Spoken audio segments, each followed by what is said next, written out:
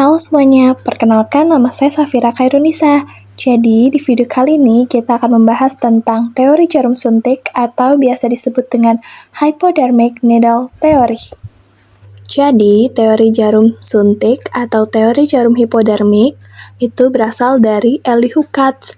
Teori ini berkembang di sekitar tahun 1930 hingga 1940-an. Dan ini merupakan teori media massa pertama yang ada. Teori ini mengasumsikan bahwa komunikator, yakni media massa, digambarkan lebih pintar dan juga lebih segalanya dari audiens. Teori ini memiliki banyak istilah lain. Biasa kita sebut hypodermic needle theory atau teori jarum suntik. Terus ada bullet theory atau teori peluru, dan transmission belt theory atau teori sabuk transmisi. Dari beberapa istilah lain dari teori ini dapat kita tarik satu makna, yaitu penyampaian pesannya hanya satu arah dan juga mempunyai efek yang sangat kuat terhadap komunikan. Nah, selanjutnya ada model teori jarum suntik. Model ini berasumsi media massa secara langsung, cepat, dan mempunyai pengaruh yang kuat atas khalayak.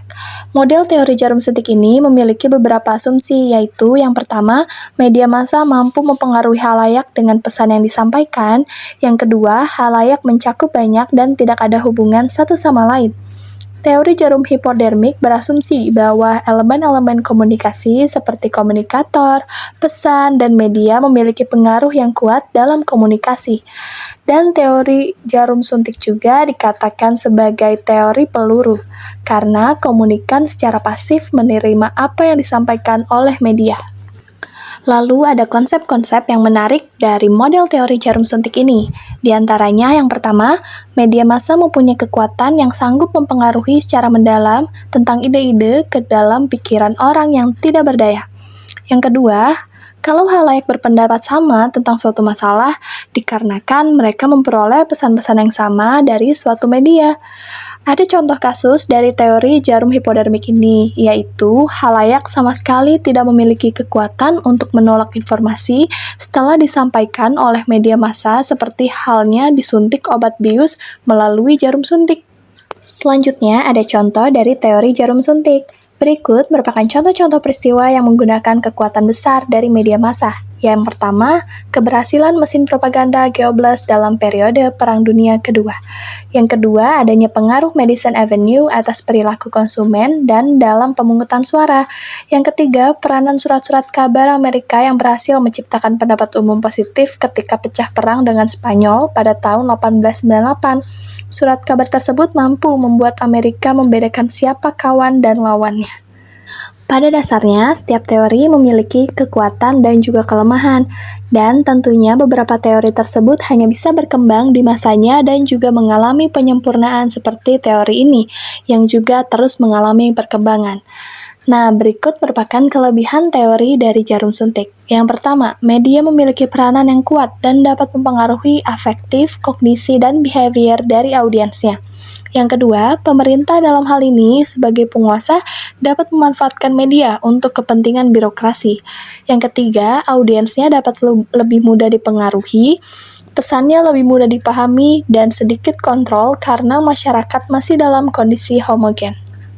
Selain kelebihan, pasti ada juga kelemahannya. Nah, kelemahannya itu yang pertama, keberadaan masyarakat yang tak lagi homogen dapat mengikis teori ini. Tingkat pendidikan masyarakatnya juga yang semakin meningkat. Yang kedua, meningkatnya jumlah media massa sehingga masyarakat menentukan pilihan yang menarik bagi dirinya. Yang ketiga, adanya peran kelompok yang juga menjadi dasar audiens untuk menerima pesan dari media tersebut.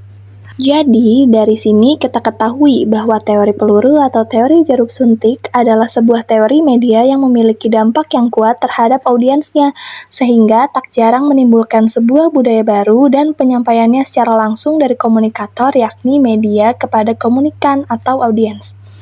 Jarum hipodermik pada hakikatnya adalah model komunikasi yang searah, berdasarkan anggapan bahwa mass media memiliki pengaruh langsung, segera, dan sangat menentukan terhadap audiens. Mass media merupakan gambaran dari jarum raksasa yang menyuntik audiens yang pasif. Pada umumnya, khalayak dianggap hanya sekumpulan orang yang homogen dan mudah dipengaruhi, sehingga pesan-pesan yang disampaikan pada mereka akan selalu diterima, bahwa media secara langsung dan cepat memiliki efek yang kuat terhadap komunikan.